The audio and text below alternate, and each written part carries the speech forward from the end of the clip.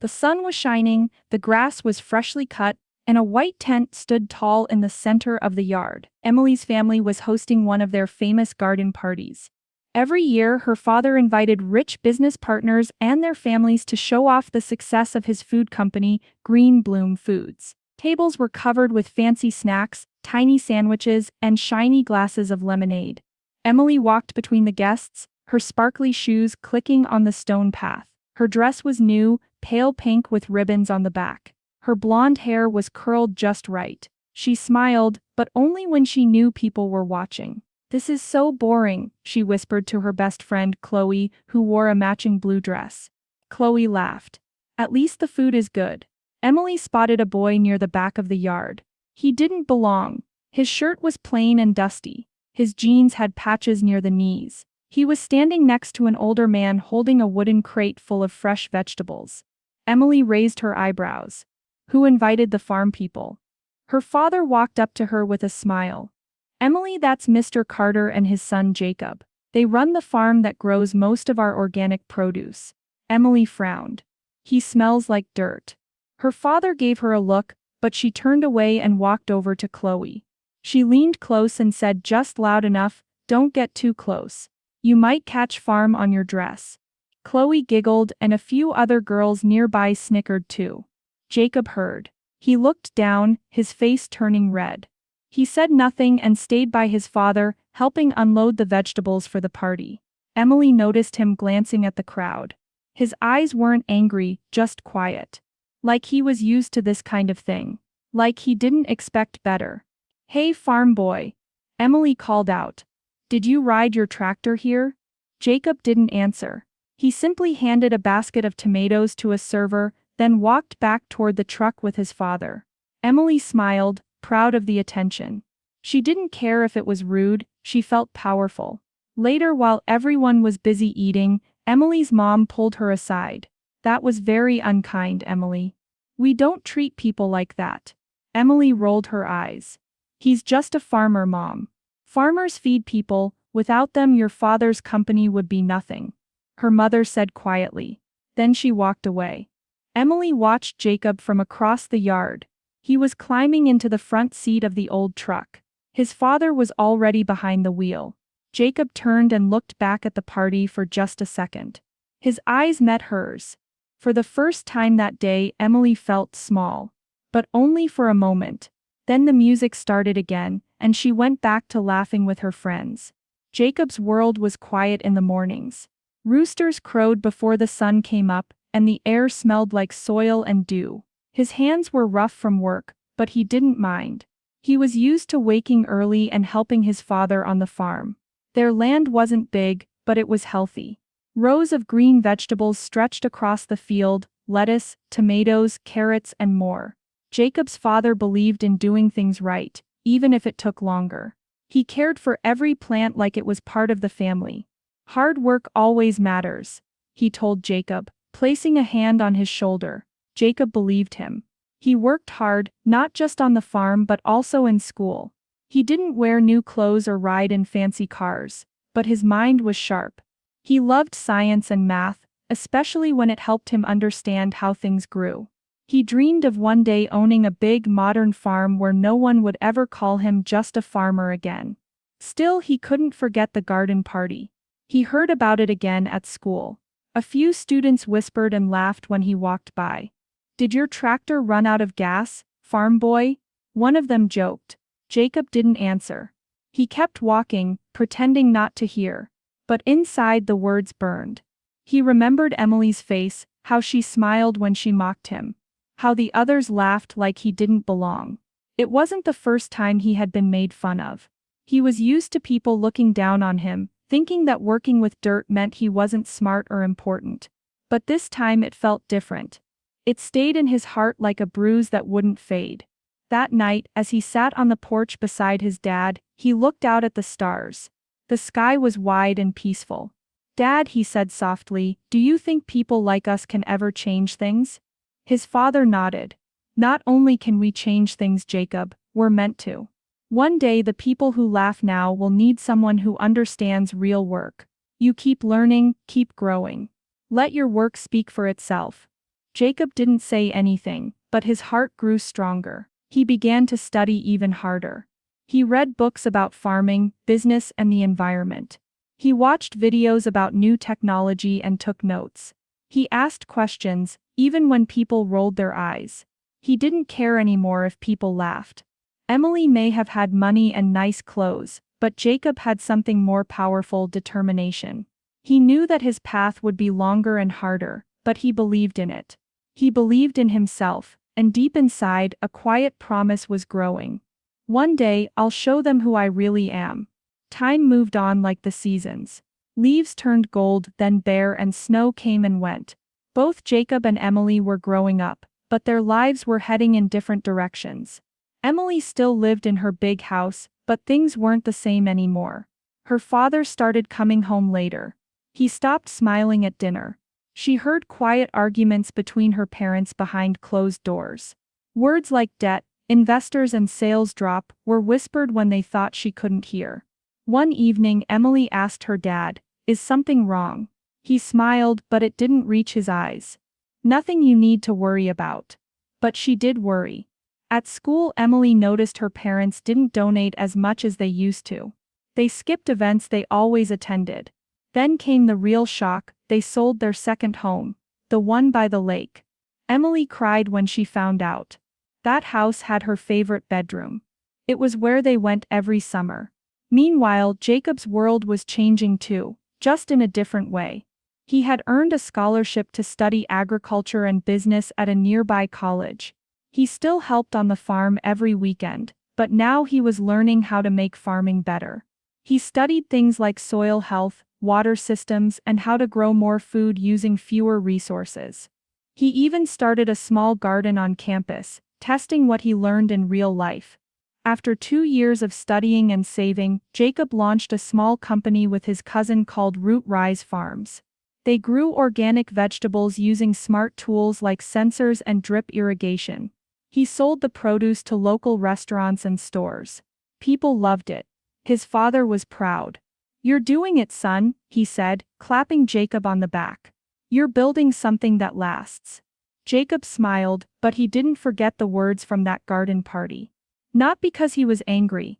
He wasn't. He just remembered how it felt to be looked down on, to be laughed at for doing honest work. He used that memory like fuel. Not for revenge, but for strength. Back in Emily's world, things kept getting worse. Her dad's company had lost some big contracts. New companies were growing faster, and they had better prices. Even the farmers who once supplied them were leaving. At dinner one night, her father said something she never expected. "I may have to sell the company." Emily dropped her fork. "What? But it's ours." Her father sighed. "Not if we can't save it." Emily didn't know what to say. For the first time in her life, the world didn't feel safe or easy. Everything she'd always counted on, money, comfort, control, was slipping away. And somewhere not too far away, Jacob was quietly rising. It was late fall when everything started to feel truly different for Emily. The trees outside were bare and the cold wind felt sharper than usual. Her parents didn't talk much at dinner anymore, and the house that once felt full now seemed quiet and too big. The company had lost more money. Emily overheard her father talking on the phone one night. He said something she didn't understand at first. "We'll have to let it go." Let what go? 2 weeks later she found out. Her father was selling the company. Green Bloom Foods, the one he had built from the ground up, was being bought by someone else. Emily couldn't believe it. "But it's ours," she said again when her parents told her. Her mother looked tired. "It was. But things change, sweetheart." Emily ran to her room and slammed the door. She didn't cry, but her chest felt tight. The girl who once mocked others for being poor now didn't feel so rich anymore, not on the inside. At school people talked. They didn't say anything to her face, but she could tell. Whispers in the hallway, curious stares in the cafeteria. It reminded her of how Jacob must have felt that day at the garden party. She hadn't thought about him in a long time. But then she saw him again. It was during the company's final meeting. Emily's father had invited the buyer to their office building. Emily came along, even though she didn't want to. She sat quietly at the back of the room, arms crossed, still angry. Then the buyer walked in. It was Jacob, not in old jeans, not in a dusty shirt. He wore a dark blazer, clean and pressed, his shoes shined and his eyes were calm and steady. He stood tall, holding a folder in his hands. His cousin, now his business partner, stood beside him. Emily's mouth fell open. For a second she thought it had to be someone else. But it was him. The farm boy. Her father stood up to shake his hand. "Mr. Carter," he said, respectful now. "We've reviewed your offer. It's more than fair." "Thank you, Mr. West," Jacob replied with a small nod. His voice was quiet but firm. Emily couldn't stop staring. How had this happened? How had he become the person buying her father's company? Jacob saw her. Their eyes met for a moment. He didn't smile, didn't smirk. He simply looked at her, the way someone looks at a stranger they once knew. Emily looked away, her cheeks burning. Later, when the meeting ended, she sat outside the office building on a cold bench. She wrapped her coat tighter around her, but it didn't help. The cold she felt wasn't just from the wind. Something inside her had changed. The news was everywhere. Great Rise Farms had bought Green Bloom Foods. Employees were shocked at first. Some were nervous. Who was this young man taking over such a big company? But when Jacob came to the office on his first day as the new owner, people saw something different in him. He wasn't loud or bossy. He walked through the halls, shook hands, and asked questions. He listened.